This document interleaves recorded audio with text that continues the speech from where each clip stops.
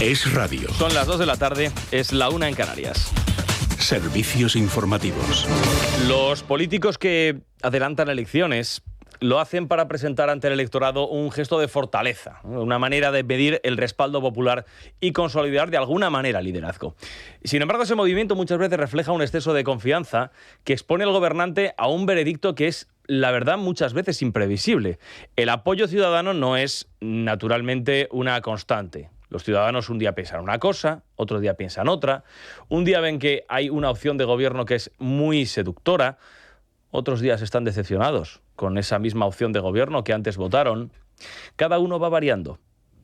Y naturalmente, todas esas percepciones de los partidos políticos quedan influidos por el desgaste, el contexto y también las expectativas. Quien suele adelantar elecciones apuesta a que el clima, siempre que lo hace, naturalmente, le va a ser muy favorable, pero olvida que la política es que no siempre responde a cálculos racionales. Cuando la jugada sale bien, el liderazgo se refuerza, gana legitimidad quien convoca las elecciones, y cuando sale mal es cuando afloran los fantasmas y los reproches. Lo que sucedió anoche es probablemente el ejemplo más paradigmático.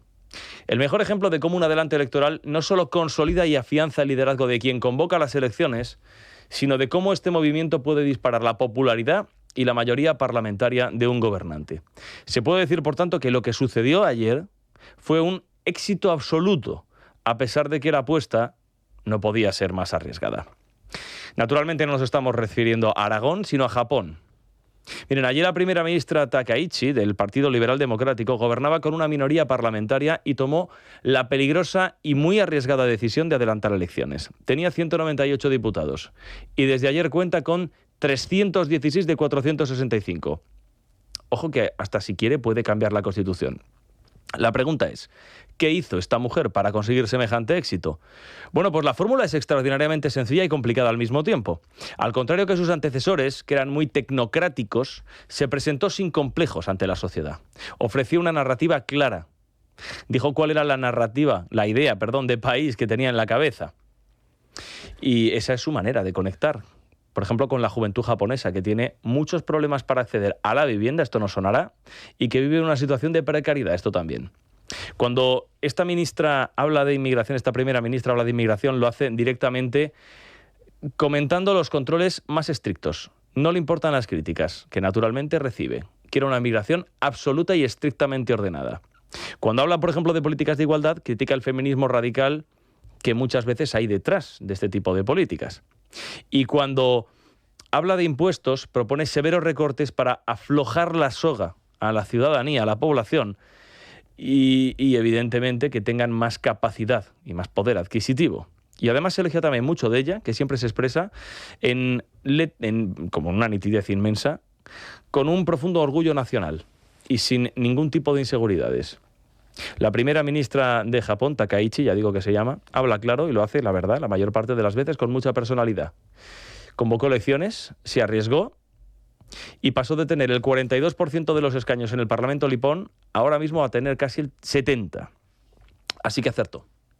Acertó y de pleno la primera ministra nipona. Y luego está lo que sucedió ayer aquí en España, donde quien convocó elecciones, es decir, Jorge Azcón, no solamente no logró eliminar su dependencia de otros partidos, sino que la duplicó. Se ponga como se ponga el Partido Popular, lo de ayer en esta autonomía fue una victoria, esto es incontestable, naturalmente que lo fue, es una victoria, pero desde luego no fue un triunfo, no lo fue. Hemos ganado las elecciones, el Partido Popular va a gobernar.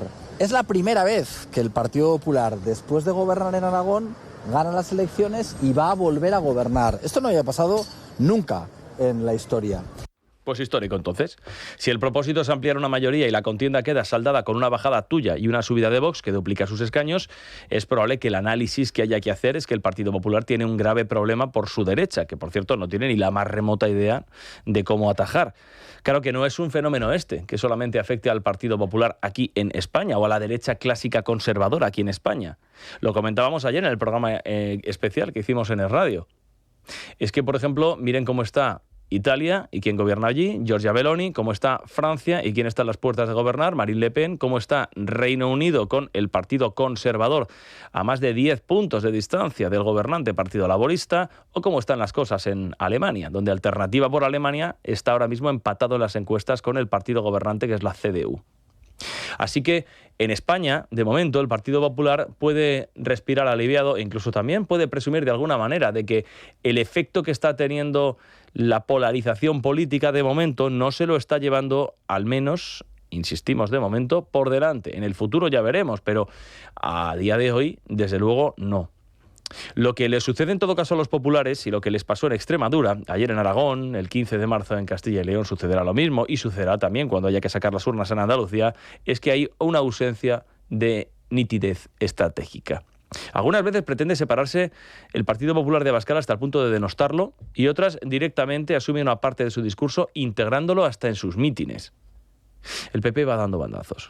Y eso se llama falta de claridad ideológica.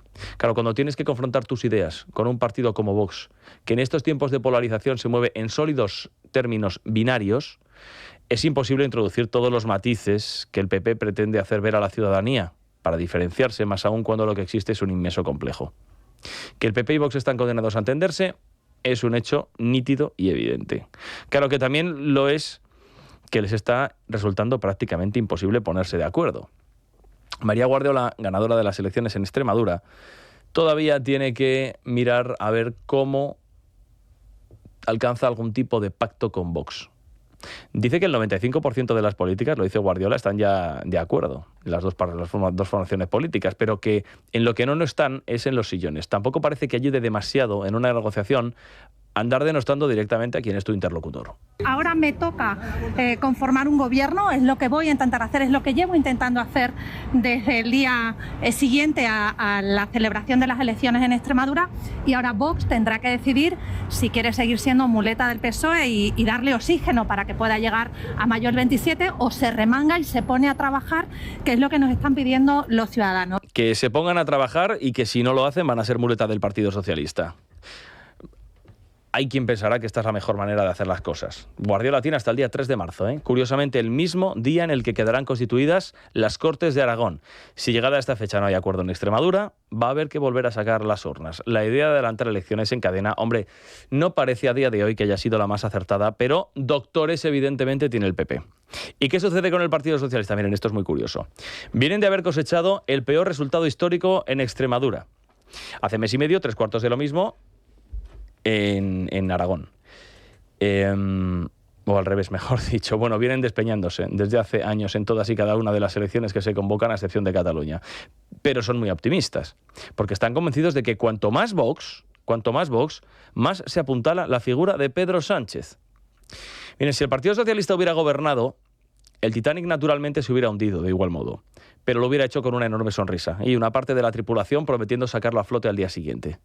De modo que, a pesar de la alarmante situación y del batacazo monumental de Pilar Alegría, hay quien observa con claridad que lo que sucedió anoche acredita la victoria del PSOE nada menos que en un lugar donde llevan 3 décadas sin gobernar. Mar Espinar, portavoz socialista en la Asamblea de Madrid.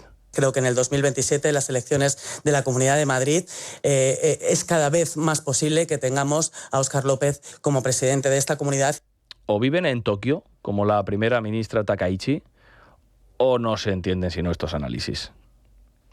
La fórmula del éxito, según se ve, es despeñarse en las urnas. Bueno, pues vamos a verlo. Ahora, si la puerta de entrada del PSOE a la Comunidad de Madrid es ir perdiendo una elección tras otra, cosechando los peores resultados históricos, que no se preocupe Óscar López, que le van a llenar, desde luego, claro que sí, el terreno. En el Partido Socialista han venido a criticar hoy, lo han hecho hace un rato, de nuevo, otra vez más, que, hombre, ¿cómo se puede, de qué manera el Partido Popular puede andar haciéndole el juego sucio a Vox? ¿De qué manera pueden venir haciendo estas cosas? Claro, el Partido Socialista viene criticando la estrategia de adelantar elecciones cuando no corresponde y salir debilitado, dependiendo más en este caso de Vox. Pero habría que preguntarle tal vez a Pedro Sánchez si no es eso exactamente lo que hizo en 2023, cuando adelantó sin corresponderle las elecciones y salió de ellas más debilitado, dependiendo más de sus socios independentistas. Bueno, está tan mal la cosa para la izquierda que ya andan hablando de una alianza democrática que encabezaría, según dicen, Gabriel Rufián, conocido más que por integrar, por haber pretendido desintegrar España, pero ahora es el integrador de la izquierda. Yolanda Díaz, que políticamente está en la UCI, reflexionaba esta mañana pidiendo altura y generosidad. Y con esa alianza democrática hacer algo que necesitamos, que es movilizar a las gentes demócratas en nuestro país. Ya no va de otra cosa, va de democracia. Y créanme, para esto tenemos que tener audacia, tener mirada larga y desde luego muchísima generosidad y pensar en grande. Hay que ser muy generosos a la hora de integrar, porque como todo el mundo recuerda, lo extraordinariamente generosa que fue Yolanda cuando no contó con Irene Montero Belarra para integrar a Podemos en Sumar. Ella fue muy generosa, ¿verdad? Total, que es la política española. Normal que cada vez haya más ciudadanos que hayan dejado de confiar en ella. En la política, digo, no en Yolanda. Y mientras tanto, naturalmente, aquí tampoco nadie dimite, ¿eh? Nadie dimite. Quien ya lo hizo hace mucho tiempo fue nuestra paciencia. Es noticia.